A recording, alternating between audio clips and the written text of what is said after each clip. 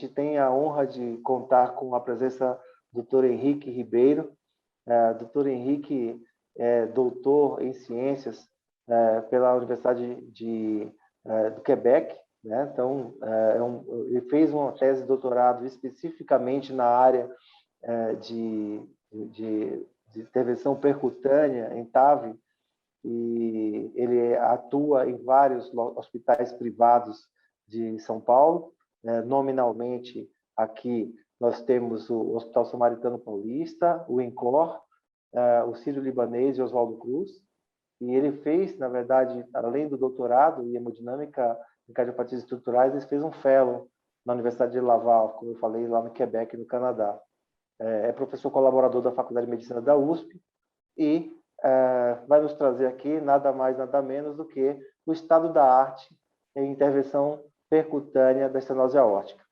Henrique, mais uma vez, é um prazer enorme tê-lo aqui conosco. Agradeço enormemente a sua disponibilidade e o palco é seu. Obrigado, Germano. Para mim a honra é toda minha, né, de poder dividir esse espaço aí, falar de um tema tão importante, né? Eu vejo a Bárbara aí, o Dr. Alberto Nacarata, enfim, outros colegas. Então, para mim, na verdade, a honra é toda minha.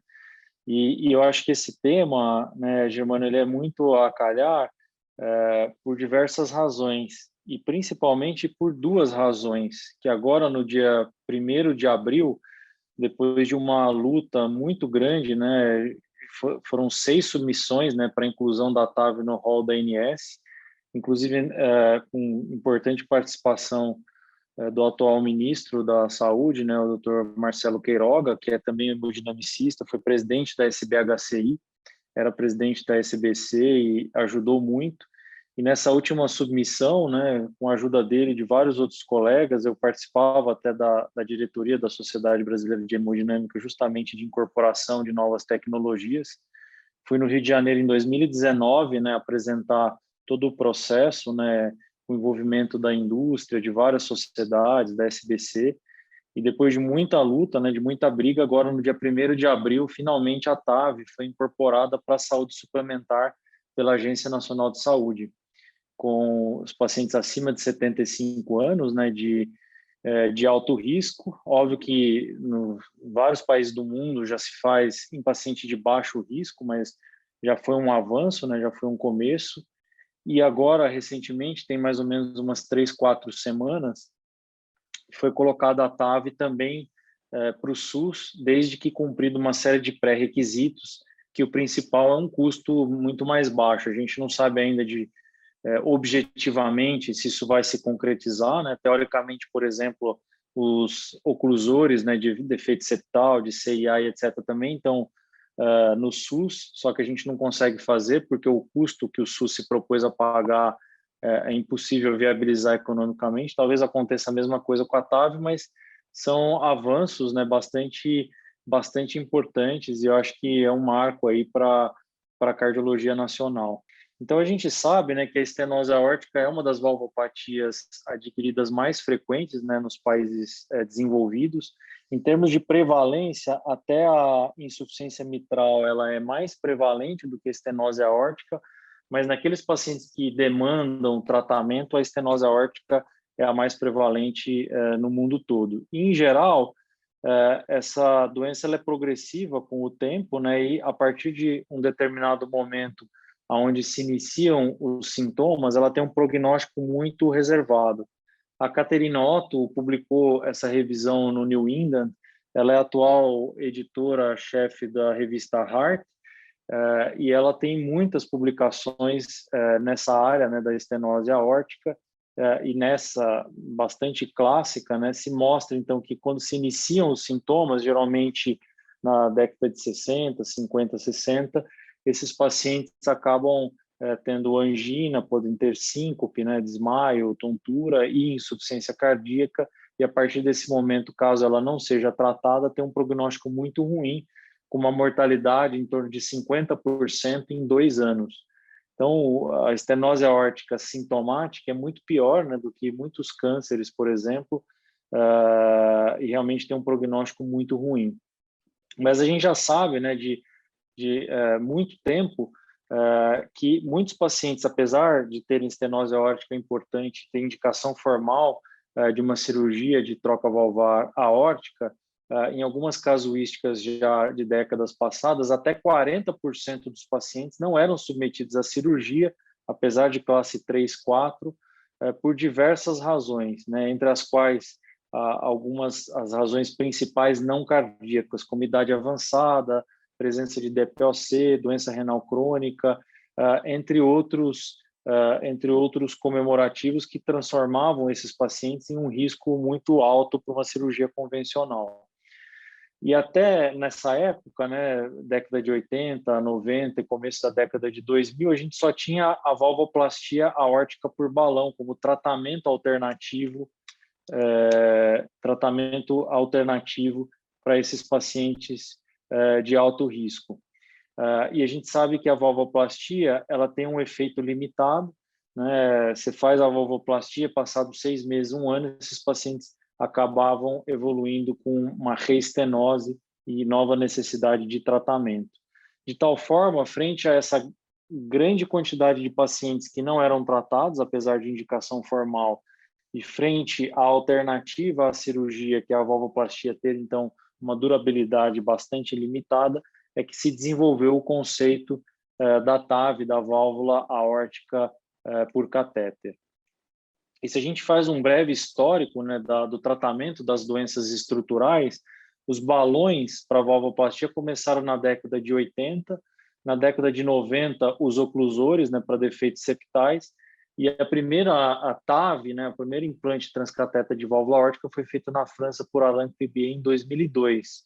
Ou seja, o ano que vem nós vamos comemorar 20 anos, né, do primeiro caso de TAV no mundo. 2003 começou o MitraClip, né, para o tratamento da insuficiência mitral importante. A CoreValve, um dispositivo autoexpansivo em 2004. O Brasil também teve um papel importante, né, com uma válvula desenvolvida em São José do Rio Preto pelo Dr. Braille, falecido há alguns anos, com acesso transapical, e mais recentemente, a partir de 2013 e 2014, as válvulas transcatéteres mitrais. De tal forma que as doenças estruturais, né, foram uma grande revolução nos últimos 15 e 20 anos para tratamento de doenças congênitas, valvares, insuficiência cardíaca e até oclusão do apêndice atrial esquerdo para a fibrilação atrial não valvar em pacientes de alto risco de sangramento. Mas, sem dúvida nenhuma, isso foi muito impulsionado pela TAV a partir de 2002. Talvez nem todos estejam totalmente familiarizados. Aqui eu trago um vídeo de um dos dispositivos transcatéter, mas independente do dispositivo e da via de acesso, o princípio do procedimento é o mesmo. Então, essas válvulas por catéter vão fechadas, né, dentro desse dispositivo. Se passa um fio-guia rígido através da válvula, que serve como trilho, e essa válvula, então, por catéter é posicionada dentro da válvula estenótica, a válvula antiga. Então, a grande diferença de uma cirurgia de peito aberto é que não se para o coração, não tem a necessidade de circulação extracorpórea, e nesse caso aqui, por insuflação do balão, é colocada então a válvula por catéter dentro, né, espremendo, entre aspas, a válvula antiga, e ao se desinsuflar o balão e retirar o catéter, essa válvula passa a funcionar imediatamente. Então, existe esse stent externo, né, que prende a válvula, mas a válvula em si é uma válvula biológica, inclusive o material é o mesmo utilizado, é o mesmo de válvulas cirúrgicas, né, biológicas.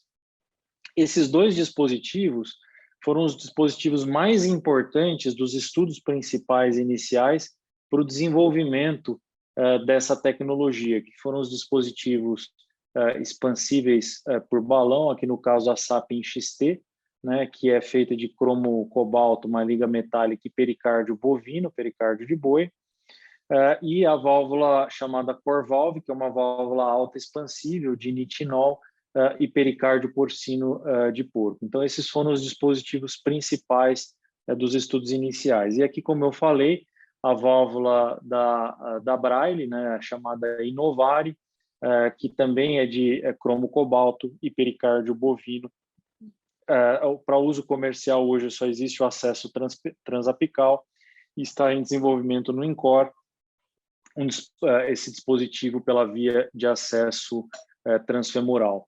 E fazendo uma revisão breve dos estudos, claro, quando você inicia uma nova terapia, você começa sempre por aqueles pacientes considerados inoperáveis, de muito alto risco, e ao longo desses anos, isso foi progressivamente migrando para os pacientes de mais baixo risco.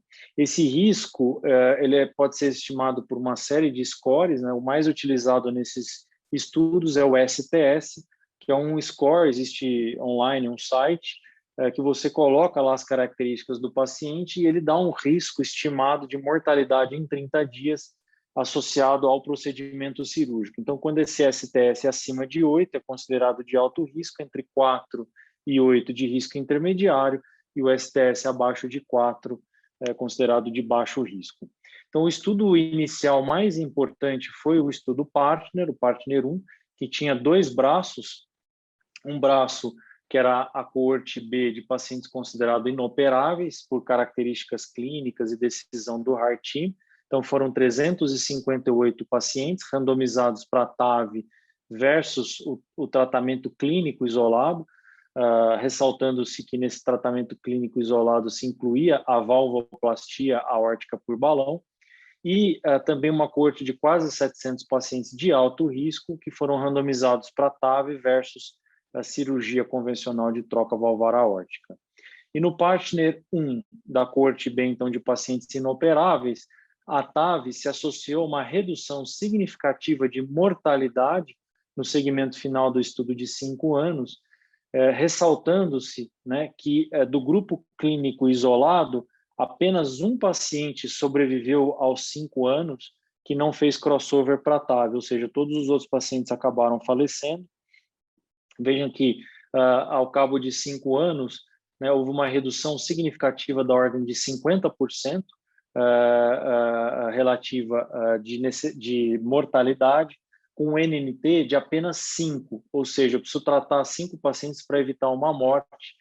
Então, realmente, um tratamento, sem dúvida nenhuma, bastante custo-efetivo. E para a coorte dos pacientes considerados de alto risco, vejam que, ao cabo de 5 anos, não houve diferença em termos de mortalidade da TAV em relação ao tratamento cirúrgico convencional, mostrando, então, que realmente a TAV pode ser uma alternativa ao tratamento cirúrgico convencional.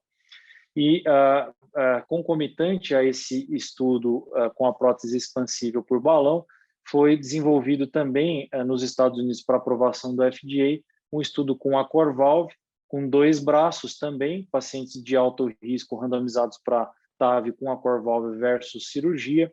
E, como naquela época já tinha o resultado do Partner 1 da coorte B de pacientes inoperáveis, o FDA considerou não ético naqueles pacientes de risco extremo, né, ou inoperáveis, ter um braço controle. Então, foi feita uma coorte prospectiva de 500 pacientes com acesso transfemoral e 156 com acesso não transfemoral, geralmente por acesso alternativo subclave.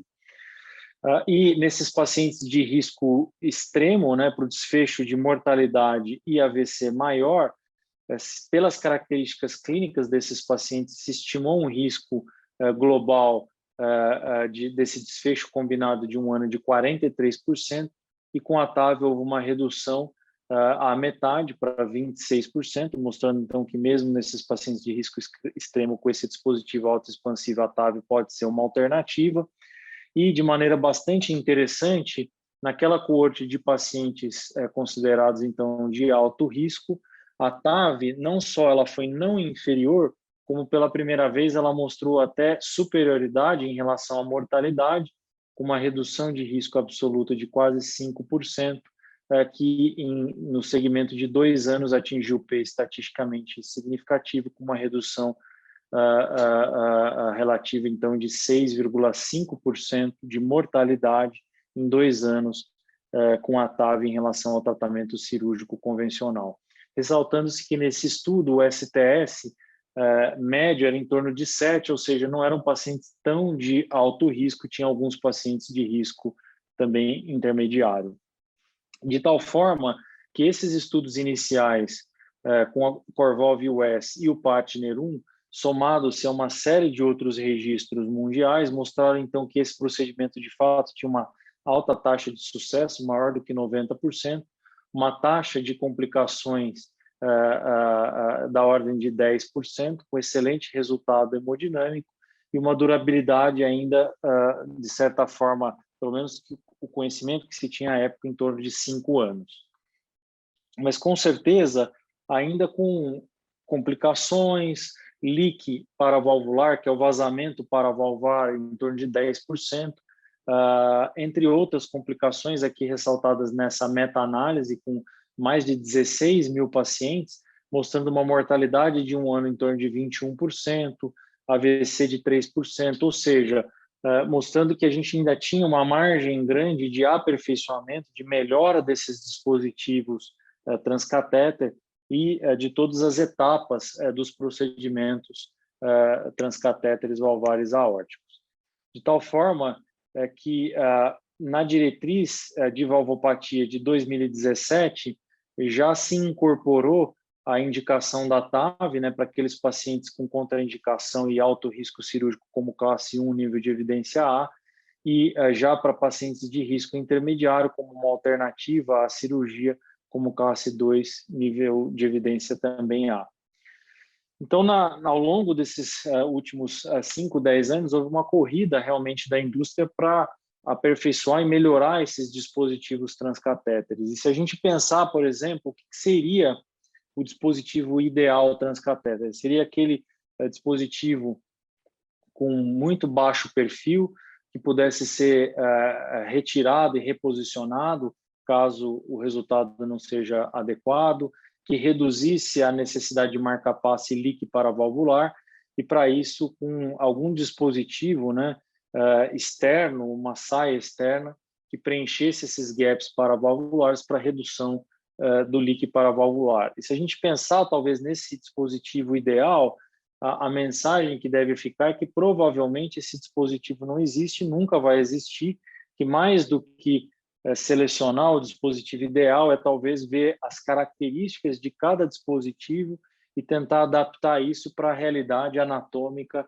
de cada paciente individualmente. E se eu pudesse ressaltar os dispositivos que também na nossa prática hoje são os mais utilizados, eu ressaltaria esses dois, que é a SAPIEN 3, que é a nova geração do dispositivo expansível por balão, que tem esse stent de baixo perfil, que permite a colocação em catéteres de baixo perfil, tem essa saia externa que preenche, como eu falei, os gaps paravalvulares para redução do leak paravalvular, né, como se fosse, entre aspas, né, um veda-rosca que preenche ali para redução, né, do leak paravalvular, e tem esse catéter que permite esse flex bastante acentuado, né, e facilita o posicionamento e o implante preciso do dispositivo. E também houve uma redução muito importante do catéter. Então, hoje, pacientes com femorais de até 5,5 milímetros de diâmetro, é possível a utilização desse dispositivo transcatéter. E a nova geração da Corvalve é a Evolute R, mais recentemente a Evolute Pro. Aparentemente, você olhando macroscopicamente, parece um dispositivo muito similar, mas foram feitas uma série de ajustes de engenharia para que essa saia ela vá um pouco mais profundamente, né, para diminuir leak paravalvular, e tem uma força radial do dispositivo aqui em azul melhor distribuída na região do anel, para maior força radial do dispositivo. E também eles, utilizando o conhecimento, né, da Medtronic, que eles já tinham para dispositivo stent de aorta, né, para aneurisma de aorta, eles fizeram esse dispositivo que permite, então, que essa prótese seja recapturada e reposicionada até 3 vezes, e tem um muito baixo perfil, 14 Frenches também, podendo tratar femorais de até 5 milímetros de diâmetro, o que é uma vantagem bastante grande. Então, com esses dispositivos hoje, quase praticamente 90%, 92%, 3% dos pacientes a gente consegue utilizar o acesso transfemoral. E será que essas melhorias, de fato, se traduziram em desfechos melhores para os pacientes? Então, vejam aqui com a SAPIEN 3, né, com diversos estudos mais recentes, em pacientes de risco intermediário e até de alto risco, vejam que a mortalidade caiu para da casa de 1-2% versus, por exemplo, 6% do Partner 1 que eu apresentei para os senhores. Então, houve uma redução de quase 3 vezes da taxa de mortalidade com esse dispositivo.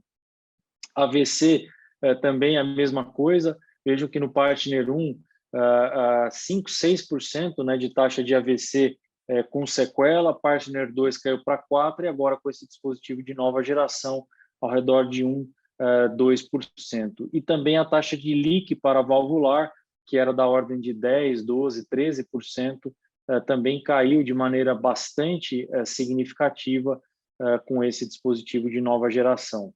E no caso da Evolut-R, também recentemente, num estudo chamado SURTAV, que avaliou pacientes de risco intermediário, com STS entre 4 e 8, vejam que para AVC, né, que é realmente um desfecho bastante sensível, também houve uma tendência de redução de AVC com o dispositivo da CoreValve, né, Evolut-R, a nova geração, em relação ao tratamento cirúrgico convencional.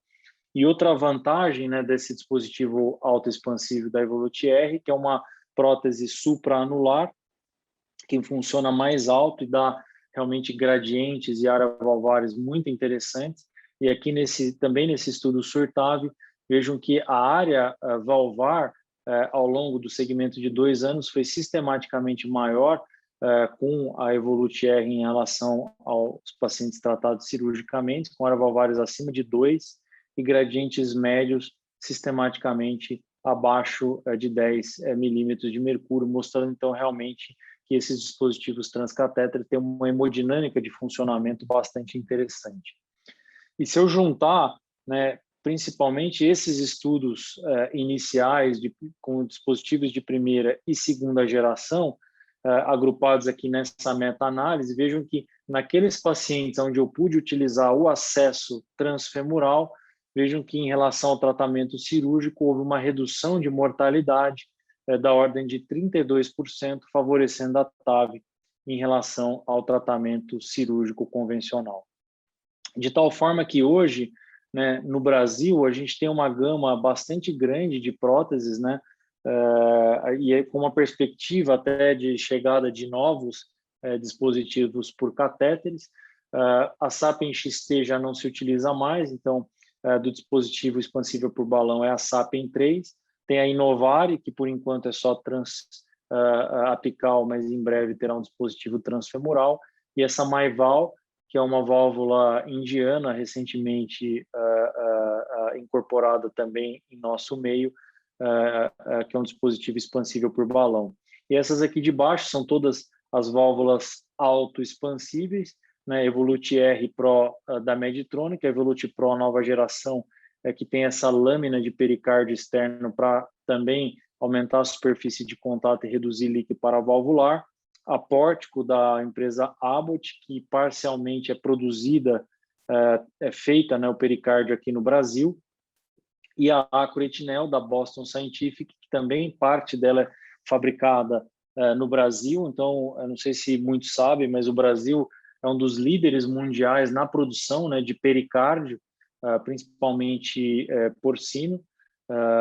Então, essas válvulas parcialmente são fabricadas aqui no Brasil. Então, são dispositivos também interessantes aí disponíveis na nossa prática. De tal forma que quando a gente analisa, então, aquilo que a gente via aí há alguns anos versus aquilo que a gente vê atualmente com esses dispositivos transcatéteres, mortalidades de 30 dias menores do que 3%, em um ano menor do que 5%, 6%, necessidade de marca-passo em torno de 10%, complicações vasculares, uma redução à metade, ao redor de 5%, líquido paravalvular, já estamos próximo aí de 2%, 3%, e AVC também algo em torno de 2%, ou seja, um perfil de melhora muito significativo com esses dispositivos transcatéteres de nova geração.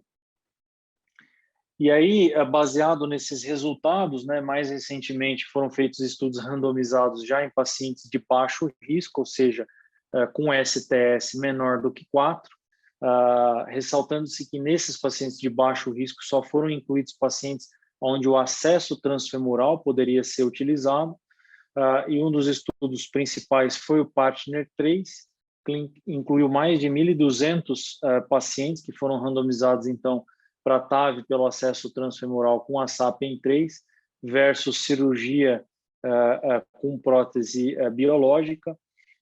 O desfecho primário desse estudo foi um composto de morte por todas as causas, AVC ou rehospitalização por insuficiência cardíaca com 1 ano de seguimento.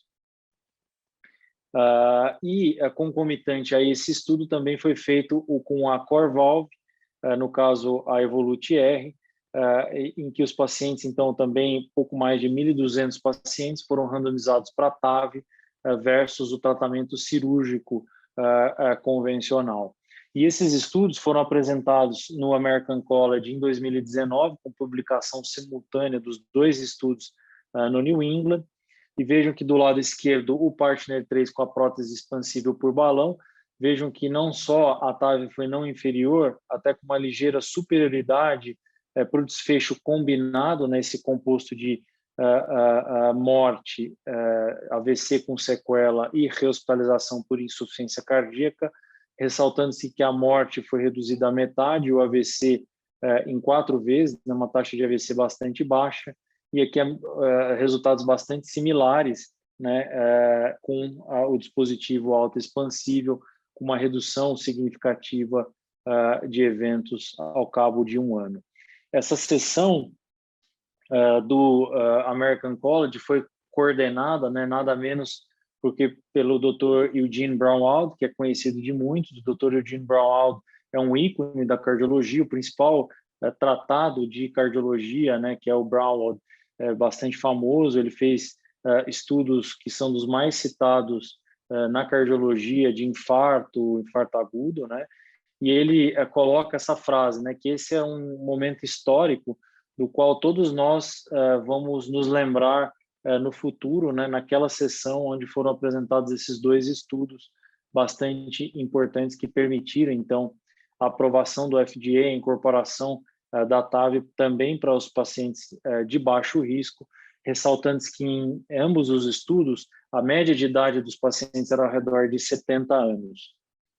Então, baseado nesses resultados, recentemente liderados pelo professor Flávio Tarassotti, foi feita a atualização, então, da diretriz de valvopatias pela SBC, que foi em muito assim consonância com o American Heart e a ESC, colocando, então, a TAV como classe 1 nível de evidência A para aqueles pacientes inoperáveis, um A para os de alto risco e de risco intermediário, e também incorporando a TAV para aqueles com idade acima de 70 anos, também de baixo risco, como classe 1, nível de evidência A. E, claro, a cirurgia continua como classe 1, nível de evidência A, para aqueles pacientes abaixo de 70 anos.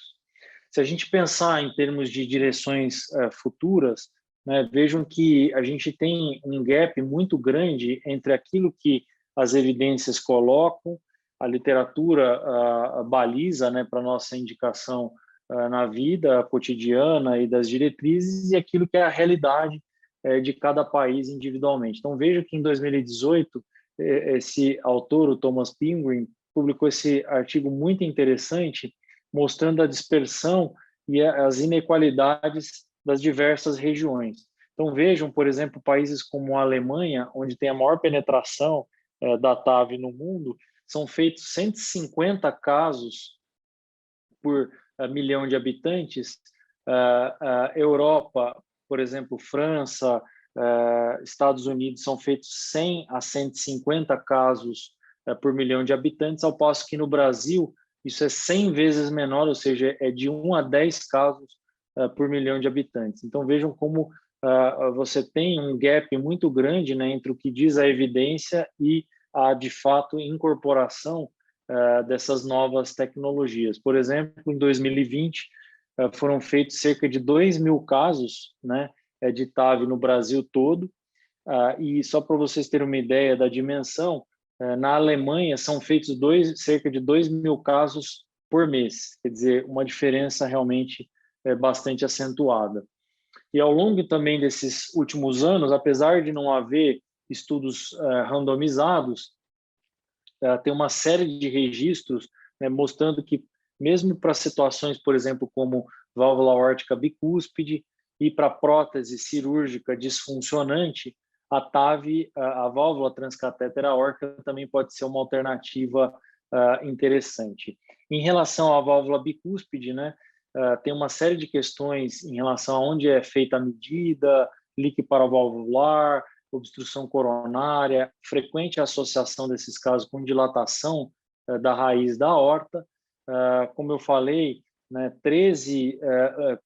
quase 14 anos desde a publicação do primeiro estudo randomizado, 9 trials, quase 9.000 pacientes incluídos nesses estudos randomizados, e nenhum deles incluía, né, anatomia bicúspide. Mas ao longo dos últimos anos, como evidenciado aqui numa análise americana, né, do registro TVT, mesmo nesses pacientes com válvula aórtica bicúspide, vejam que ao longo, né, dos últimos 7 ou 8 anos, até 2016, houve um aumento exponencial de quase 10 vezes da realização de TAV em pacientes com válvula aórtica bicúspide, e vejam que alguns vão falar assim, mas então diminui a cirurgia. Não, como mais pacientes são encaminhados e avaliados, houve nessa mesma época até um aumento da cirurgia nesses pacientes.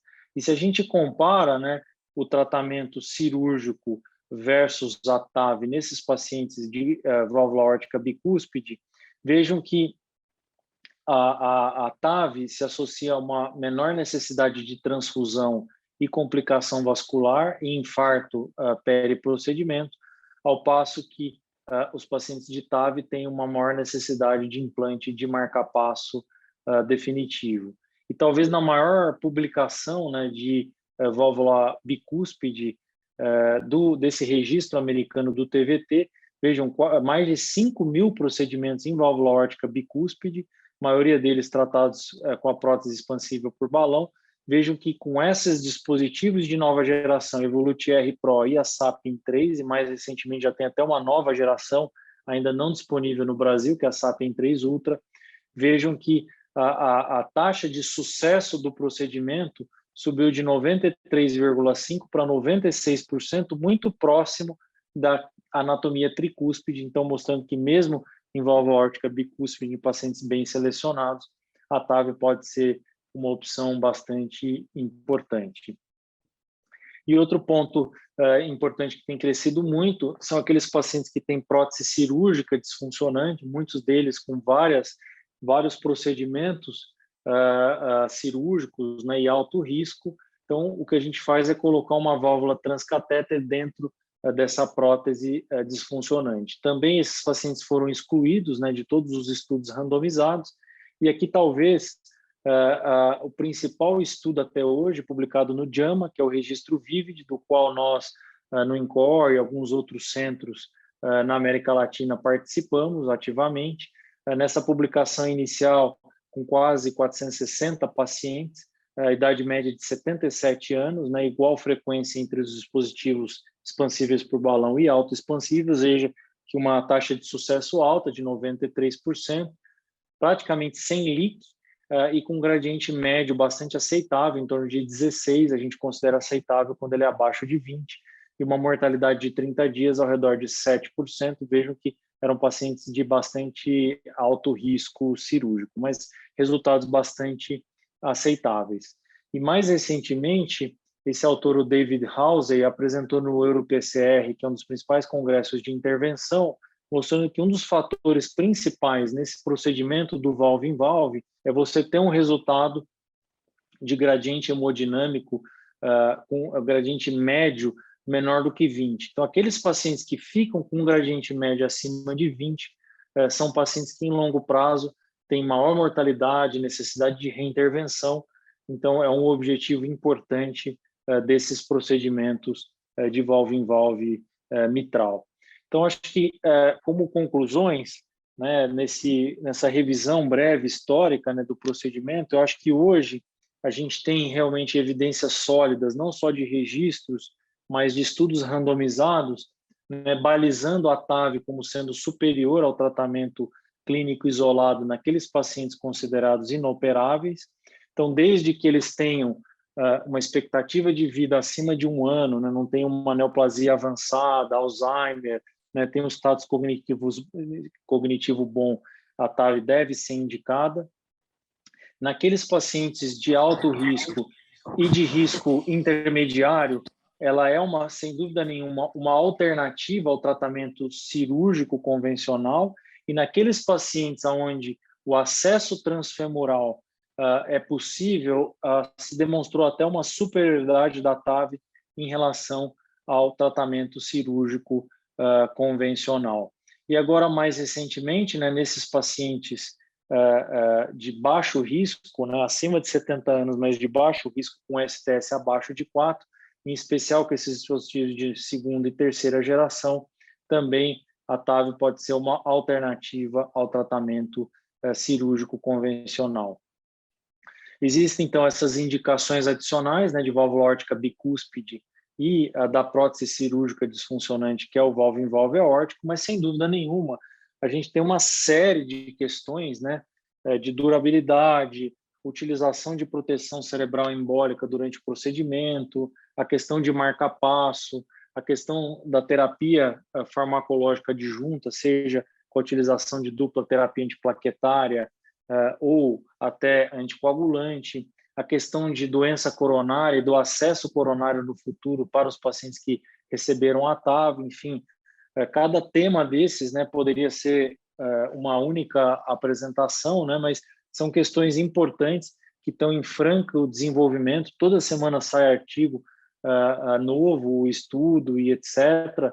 E alguns até que nós lá do INCOR estamos participando, que sem dúvida nenhuma vão trazer informações adicionais. E eu acho que como mensagem final, né, mais do que dizer se TAV é melhor, se cirurgia é melhor, se deixar em tratamento clínico, o que fazer, eu acho que a mensagem mais importante é que hoje esse conceito do Heart Team, com cardiologista clínico, equipe de imagem, de eco, tomografia, cardiologia intervencionista e cirurgia cardíaca, acho que juntos, avaliando cada paciente individualmente, avaliando a anatomia, vão, sem dúvida nenhuma, achar os melhores caminhos e tomar a melhor decisão para cada paciente individualmente. Acho que essa é uma mensagem muito importante que deve ser levada para a nossa prática clínica. Então, eu agradeço enormemente o convite. Para mim, é uma honra enorme estar dividindo esse espaço com vocês e estou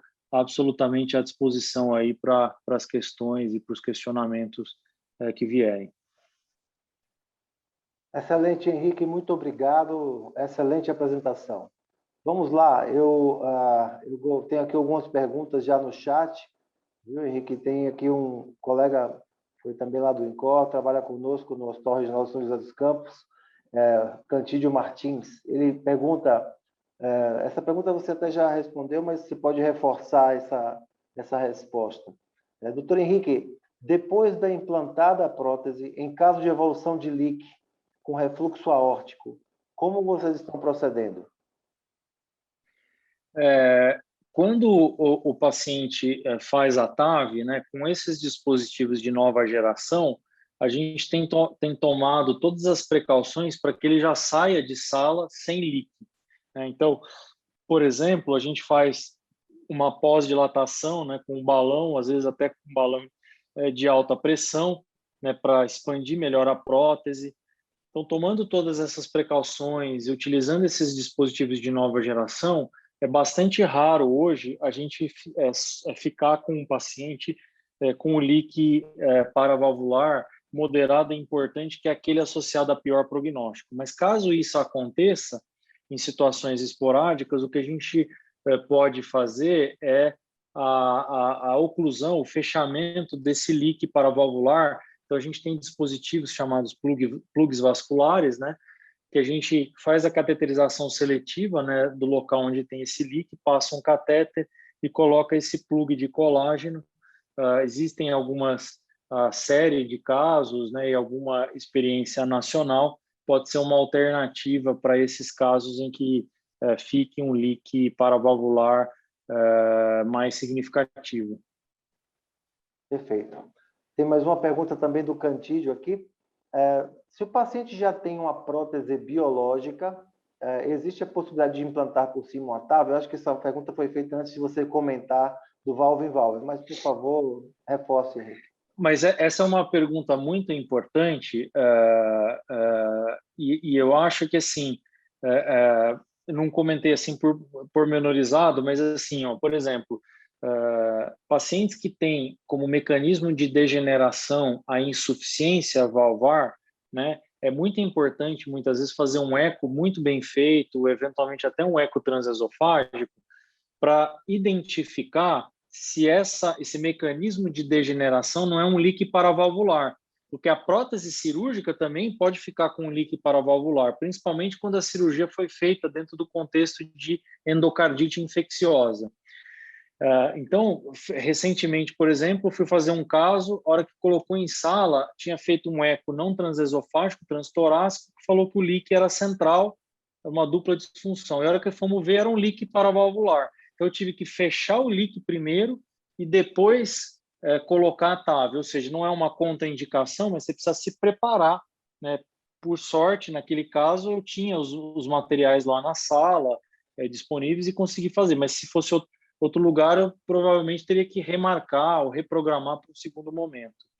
E naqueles pacientes que têm febre, né, às vezes o paciente interna com febre, etc., é muito importante descartar que não tenha endocardite ativa, que também seria uma contraindicação relativa para a TAV, porque, obviamente, você coloca a TAV, a endocardite pode passar para a TAV, e isso é bastante catastrófico. Então, eu acho que é importante, tem sim indicação, com resultados cada vez melhores, né?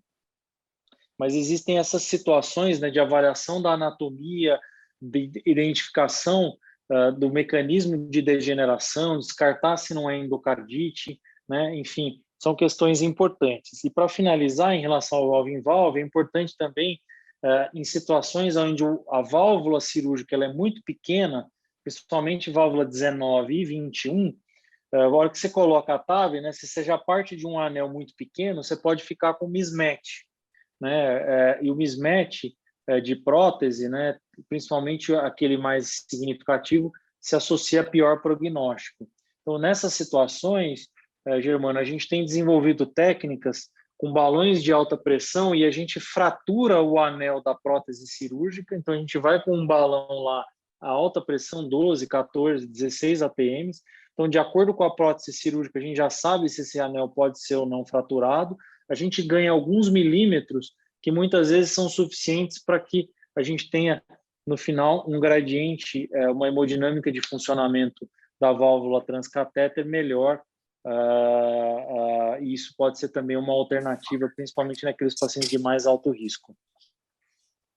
Perfeito. Mais Germano. Uma pergunta. Pois não? Germano, bom dia, tudo bem? Bom dia. Francisco Maia. Tudo Maia, professor Desculpe, Maia. Como vai? Tudo bem? Grande presidente emérito da comissão julgadora do título de especialista em cardiologia. Muito obrigado, professor Maia. Que é isso, um prazer ouvi-lo, prazer aí, parabenizar o colega pela brilhante aula, fantástica, né? Eu teria duas perguntinhas pela longa experiência, pela expertise que ele tem, né? Claro que ele colocou muito bem os estudos, o Part 1, o 2, o 3, né? As indicações claras e a importância do heart-team na escolha. Só queria saber a incidência que os pacientes que têm, normalmente são os pacientes Part 1, os pacientes idosos, têm uma válvula bastante calcificada. A incidência de bloqueio atrioventricular total, normalmente se entra aí já com stand-by, uns eletrodos em stand-by e tudo mais, e pós-procedimento, mesmo o paciente sem fibrilação atrial, qual é a orientação em termos de usar os DOACs, do ponto de vista quanto tempo e tudo mais, são perguntas práticas do dia a dia. Obrigado, Dr. Francisco. Acho que são perguntas super importantes, né? E assim, eu mostrei aí, né? A gente melhorou muito com esses dispositivos de nova geração. reduziu leak, reduziu mortalidade, complicação vascular, necessidade de diálise, AVC, mas uma das complicações que mesmo com esses dispositivos de nova geração não melhoraram foi a questão do marca-passo. Então, essa questão do marca-passo ela é muito importante, principalmente quando a gente trata pacientes de mais baixo risco, né? Porque num voo de 85 anos, você colocar um marca-passo, quer dizer, ok, é ruim e tal, mas não é uma coisa tão danosa. Mas num cara de 65, 70 anos, né? Você pode ter, você precisa trocar o gerador, se aumenta risco de infecção de loja, deslocamento do marca-passo, reintervenção, aumenta custo, né? Então, existem uma série de estudos, né? E a gente está para começar até um estudo no INCOR, liderados pelo INCOR, que chama Overlap, que é uma técnica nova com o dispositivo autoexpansível, né, com a Evolut R e a Pro, para você usar uma projeção angiográfica durante o implante e uma série de detalhes técnicos, né, que se você seguir, você consegue colocar a prótese mais alta e consegue reduzir para menos de 10% a taxa de marca-passo. Com a SAPIEN 3, agora, no último congresso europeu, eles apresentaram também um estudo com uma técnica para colocar a SAPIEN 3 mais alta, de tal forma que uma série de técnicas estão sendo desenvolvidas para tentar reduzir a taxa de marca-passo, principalmente nesses pacientes de mais baixo risco. E, de fato, isso tem sido atingido. Recentemente foi publicado no Partner 3 uma subanálise, né, de marca-passo, mostrando 6% só de marca-passo, né, quase a metade do que se via em outros estudos. E com a Evolut Pro, né, recentemente eles apresentaram também no EuroPCR, no Optimize Pro, eles mostraram também em torno de 6, 7% de necessidade de marca-passo. É muito importante também, Dr. Francisco, principalmente em pacientes que têm história de síncope e estenose aórtica, descartar que eles não tenham já BAV avançado ou já tenham indicação de marca-passo. Nós publicamos um trabalho em conjunto com o grupo lá de Quebec, em alguns centros na Europa, mostrando, a gente fazia telemetria com o Holter 24 horas antes do procedimento de TAV. Em 5 a 6% dos casos, a gente detectou FA que não tinha diagnóstico, ou seja, o paciente já precisava ser anticoagulado. E número 2, em 3% dos casos, o paciente já tinha BAVT ou BAV avançado, já tinha indicação de marca-passo antes da TAV. Então, você ia lá, implantava a TAV, precisava do marca-passo e culpava a TAV. Mas, na verdade, aquela síncope que ele tinha não era por conta da estenose aórtica. Então, esses detalhes são bastante importantes. E em relação a essa questão da anticoagulação, isso aí que você perguntou é tão importante que no American College eles apresentaram o Atlantis com a Pixaban randomizado. No EuroPCR eles apresentaram uma subanálise do Popular TAV. Agora, no TCT, que é o principal congresso americano de hemodinâmica, eles vão apresentar com a Edoxabana, de tal forma que esse é um tema periclitante bastante importante dentro da TAV.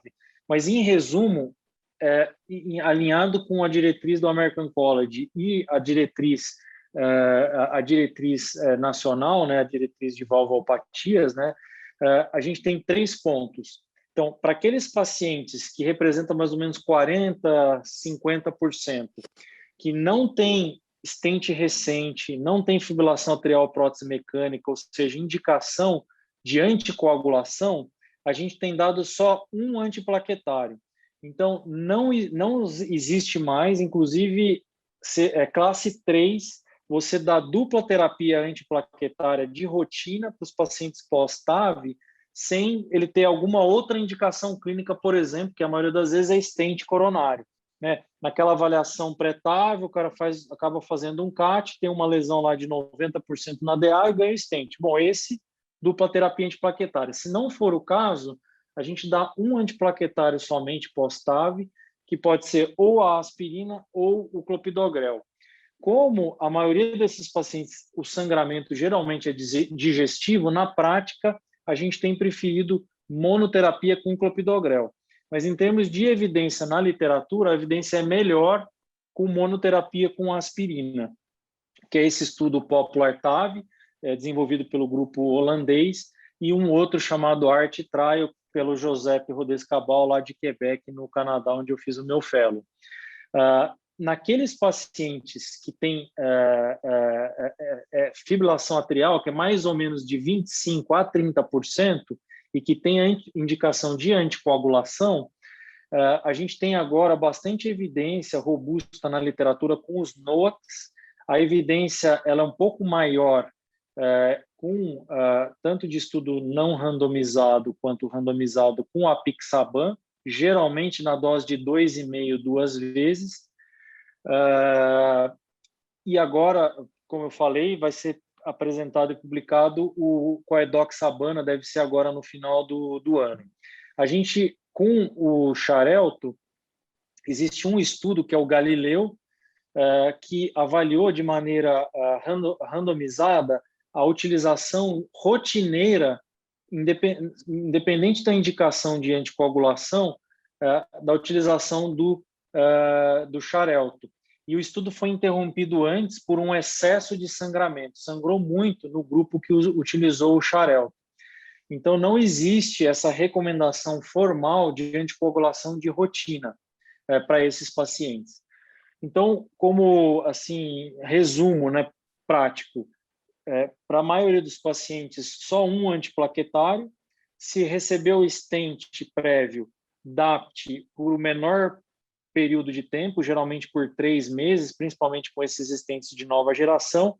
E para aqueles pacientes com FA não valvar, que não tem indicação de antiplaquetário, a gente tem usado monoterapia com anticoagulante, geralmente um NOAC, né? E tem um pouco mais de evidência com o apixaban, mas eu acho que, dependendo da experiência individual de cada um, eu acho que qualquer um desses NOACs, de acordo com as características do paciente, podem ser utilizados.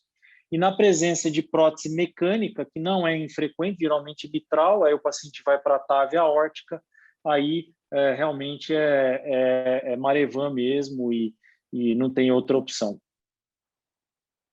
Muito bem. Henrique, tem mais algumas perguntas aqui, se você não se importar, a gente pode prosseguir? Claro, com certeza.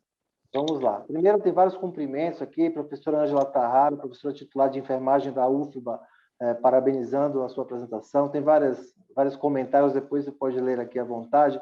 Tem uma pergunta também do Cantídio, perguntando se a anatomia é favorável para a TAV, independentemente do risco, baixo, intermediário ou alto. Hoje, se houver a opção entre escolher TAV ou cirurgia, na sua opinião, TAV é melhor? Provocativo. Olha só, eu acho que é uma pergunta importante, né? E eu acho que a gente deve contextualizar, né? Então, por exemplo, hoje, nos Estados Unidos, na Europa, né, desde 2017 e 2018, se faz mais TAV do que cirurgia cardíaca convencional de troca valvar aórtica, e ninguém questiona mais. Então, fora do Brasil, né, em países como eu falei, Estados Unidos, Canadá e vários países da Europa, né, para pacientes acima de 70 anos, que não tem um sintax muito elevado, não seja uma bicúspide extremamente calcificada, quer dizer, que não tenha um empecilho anatômico e o acesso transfemoral é factível, a primeira escolha hoje é TAV. E isso agora, com a pandemia, ficou ainda mais evidente. Inclusive, por exemplo, em alguns hospitais, a gente tem protocolos, né? Então, hoje, 90% dos pacientes a gente não intuba mais, faz só com sedação, anestesia local, alta precoce. Né? Nossa média hoje de tempo de internação pós-TAV é em torno de 2 dias. Né? Eu tenho um protocolo nos hospitais que eu trabalho, que eu já tenho 15 casos que foi de alta no dia seguinte, paciente de 84 anos, entendeu? Então, o contexto da TAV, ele mudou muito. Mas, obviamente, uma coisa é o que se faz na Europa e etc., outra coisa é a realidade aqui no Brasil. Infelizmente, a realidade do Brasil é que depois de 13 anos da TAV, né, o primeiro caso de TAV no Brasil foi em 2008, né, de 6 submissões na ANS, mais de 8 mil pacientes em estudos randomizados, agora, dia 1º de abril, que foi incluída só para paciente de alto risco com idade acima de 75 anos. Então, apesar de eu não ter dúvida que para pacientes acima de 70 anos, desde que a anatomia seja favorável, né, e não tenha esses empecilhos que eu citei, eu não tenho dúvida que a TAV hoje é a melhor escolha para esses pacientes. E eu acho que, sem dúvida, por outro lado, né, a cirurgia já existe há décadas, né, a gente não tem ainda muitos estudos com a questão, avaliando a questão da durabilidade, de degeneração dessas próteses. Então, não tenho dúvida que nos próximos anos, né, a gente vai ter um monte de dado, de estudos, né? Agora, recentemente, o grupo do John Webb, lá de Vancouver, no Canadá, publicou uma série inicial, né, dos pacientes daquela leve inicial que sobreviveram já com segmento de 10 anos, né? Então, a gente vai, sem dúvida, ter um monte de coisa aí por vir, né, para enfim, balizar ainda mais essa indicação. Inclusive, no Partner 3 do Evolute Low Risk, o FDA americano obrigou que todos os centros sigam esses pacientes por 10 anos. Então, anualmente, nos próximos 8 anos, a gente vai ter dados aí evolutivos, né, desses pacientes de mais baixo risco também. Bom, essa era a pergunta justamente do Francisco Flávio Costa Filho, que é colega nosso também do Hospital Regional de São José dos Campos, foi do Dante Pazanese, também perguntou justamente isso, os dados sobre se existiam já segmentos de longo prazo, mais de 10 anos, pensando em indicação para pacientes mais jovens, mas eu considero que você já respondeu essa pergunta aqui. Tem uma pergunta mais específica aqui da doutora Luana Moraes, também excelente cardiologista, trabalhou conosco na área de insuficiência cardíaca e transplante no INCOR, em hospitais privados em São Paulo, atualmente radicada em Florianópolis. Um abraço para a Luana. Ela pergunta, atualmente, qual o plug mais utilizado para fechamento do leak? Essa é uma pergunta boa também, né? Não existe ainda no Brasil um dispositivo específico para você falar assim, ó, esse aqui é para o fechamento de leak paravalvular. Existe um dispositivo que está em processo de registro no Brasil, de uma empresa alemã, mas, na verdade, a gente utiliza devices, né, e plugs vasculares que eram habitualmente utilizados para outro fim e a gente adapta para o fechamento do leak paravalvular, dependendo muito da anatomia. Então, existe, por exemplo, o plug vascular tipo 2 e tipo 4. Existem próteses, por exemplo, para oclusão de CIV, de comunicação interventricular muscular, que podem também ser utilizados para o fechamento, né, de leak paravalvular. Então, isso vai variar muito da localização do leak, da quantidade, né, do diâmetro do jato, enfim, são uma série de questões anatômicas, né, que a gente utiliza para selecionar o melhor dispositivo de acordo com cada paciente. No contexto da TAV, se usa muito o plug vascular tipo 4, que tem um perfil de cruzamento menor. Na prática, é o que é mais utilizado no contexto da TAV. Perfeito. Uma pergunta do Danilo Bora Moleta, que você conhece também, lá do ecocardiograma do INCOR, e também trabalha conosco aqui no Regional de São José dos Campos. Ele parabeniza a sua aula e pergunta, a TAV tem sido utilizada, ele faz uma observação e uma pergunta. A TAV tem sido utilizada cada vez mais com ecocardiograma transtorácico nos grandes centros, reduzindo custos, tempo de UTI e tempo de internação. Em que situações você ainda prefere realizar ecocardiograma transesofágico? Essa é uma pergunta ótima, né? Um abraço aí para o Danilo. Então, assim, em pacientes, por exemplo, que você tem dúvida em relação ao tamanho da prótese, né? Então, às vezes, aquele paciente que a tomo não ficou de uma boa qualidade, às vezes, pacientes com doença renal crônica que não podem fazer a angiotomo com contraste, né? Enfim, se às vezes faz uma tomo sem contraste, o eco transesofágico, principalmente 3D, ele ajuda muito na medida, na mensuração do anel valvar. Então, você pode utilizar isso no periprocedimento para selecionar o tamanho da prótese transcatéter que você vai usar. Às vezes, em pacientes, por exemplo, com anatomias muito difíceis, né, por exemplo, com válvula órtica bicúspide muito calcificada, que você antecipa um leak paravalvular e uma necessidade de pós-dilatação, a gente vê na prática que, às vezes, o eco transesofágico, para quantificação do leak, ali na sala, às vezes ele é um pouco superior. E, por fim, em algumas situações, por exemplo, de pacientes com obesidade mórbida, né, que você já antecipa que a sedação sem anestesia geral, por exemplo, vai ser possível, pacientes com congestão pulmonar, né, pacientes que não toleram decúbito, né, que você já antecipa que vai ser necessária a intubação orotraqueal, que hoje representa cerca de 10% dos casos. Aí, nessas situações, muitas vezes o eco transesofágico pode ser utilizado, né, e traz informações adicionais bastante importantes. Uma última pergunta, Henrique, muito obrigado. É o seguinte, tem a Cibele Magalhães, que também foi do INCOR, foi do HC, você também conhece, fez doutorado com o professor Vadir, e trabalha conosco como supervisora da cardiologia aqui em Regional do São José dos Campos também. Ela pergunta para você, Henrique, além de parabenizar também sua apresentação, quanto à existência de análises de custo-efetividade de TAV no contexto do preço que pagamos por próteses e procedimentos aqui no Brasil. Esse é um ponto assim bastante sensível, né? Inclusive para a submissão da TAV para incorporação no rol da ANS, na última submissão, um dos itens, são vários itens, né, que você tem que preencher e fazer. Uma dessas questões foi a análise de custo-efetividade, e existe uma conta lá, né, que é o ICER, né, que é a razão de custo incremental, ou seja, se eu incorporar na saúde suplementar, quantos reais eu tenho que cobrar a mais por cada vida, né, por cada paciente que está pagando ali, né?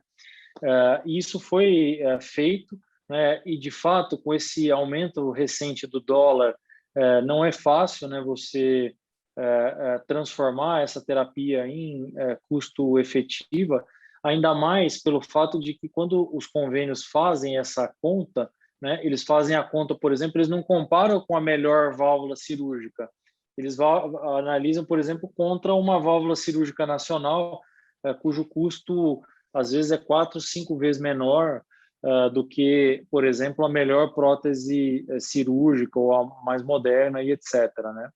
Mas mesmo assim, né, mesmo com esse custo mais elevado, a hora que você soma complicação, tempo de internação, tempo de UTI, né, e etc., para a saúde suplementar foi considerado custo efetivo. Para o SUS, essa análise também foi feita, até foi um trabalho muito grande, na época liderado pelo Dr.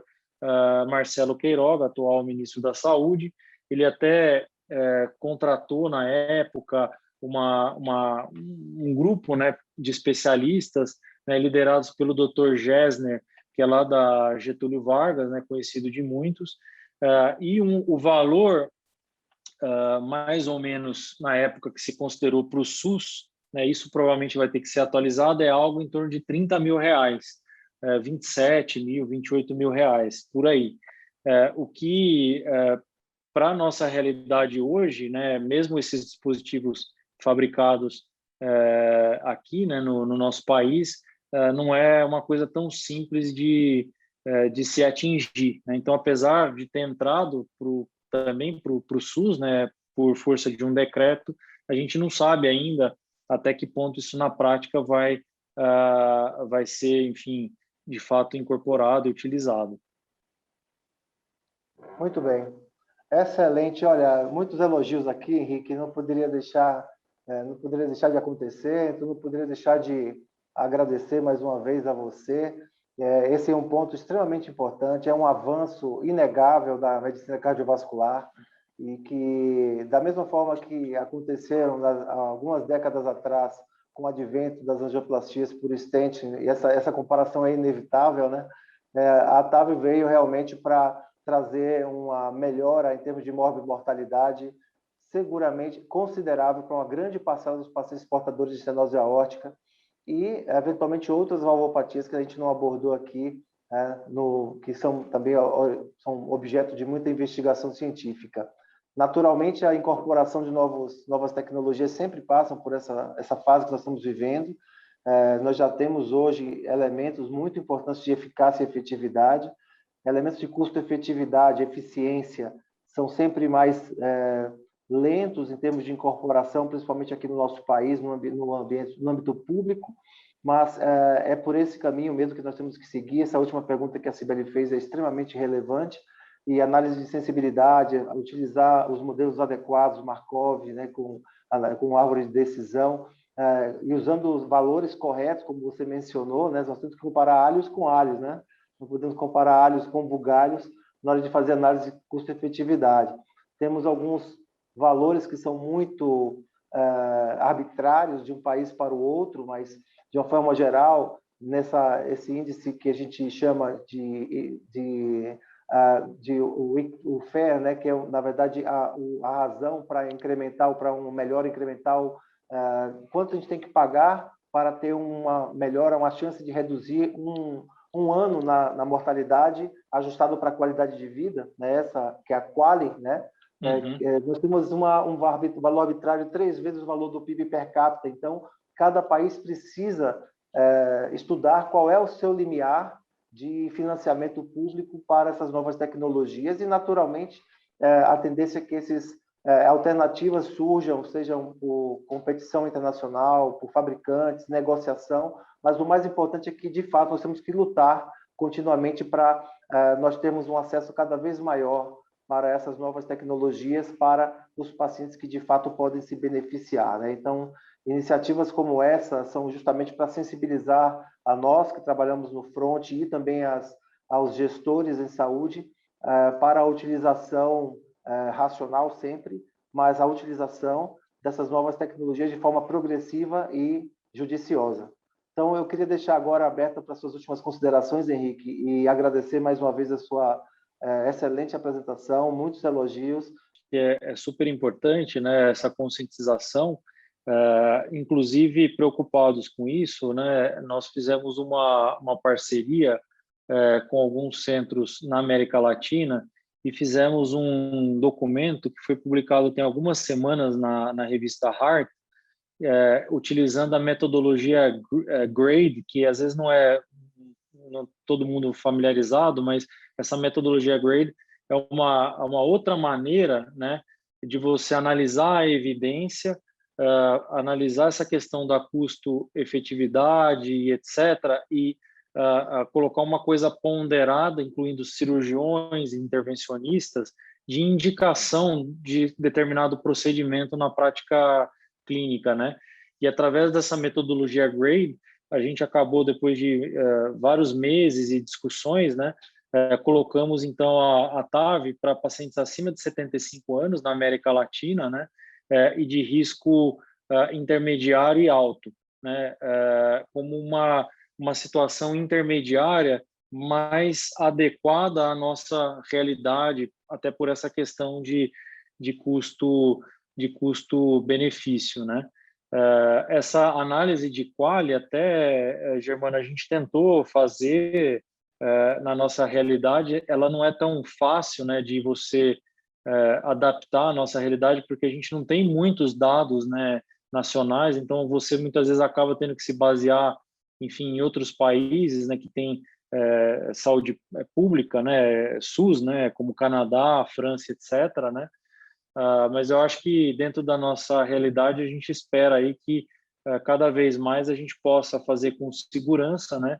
E que ao longo dos próximos meses e anos, com a vinda de novos dispositivos, de novas tecnologias, você vai tendo concorrência, naturalmente você tem uma acomodação, né, desse preço em relação a custo, efetividade, etc., e você tem mais pessoas que podem se beneficiar, sem dúvida nenhuma, dessa tecnologia.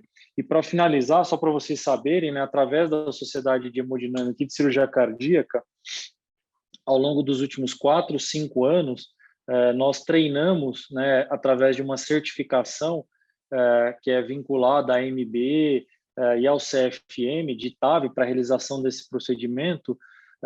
Nós lideramos um treinamento de mais de 1.000 profissionais ao longo dos últimos 4, 5 anos, desenvolvemos um registro nacional desse dispositivo com mais de 20, 30 publicações, né? Então, eu acho que é um contínuo, né, de você ter mais tecnologia, treinar os profissionais do nosso país, trazer informação, fazer publicação científica para melhorar realmente e adequar a nossa realidade, né? Então, acho que são coisas assim que foram fundamentais, né, para esse crescimento dessa tecnologia que a gente espera aí estar cada vez mais na realidade de todos. Então, eu agradeço enormemente o convite, para mim é uma honra e um prazer sempre poder contribuir aí, enfim, contem sempre comigo. Um forte abraço. Obrigado, Henrique. Um abraço, obrigado a todos.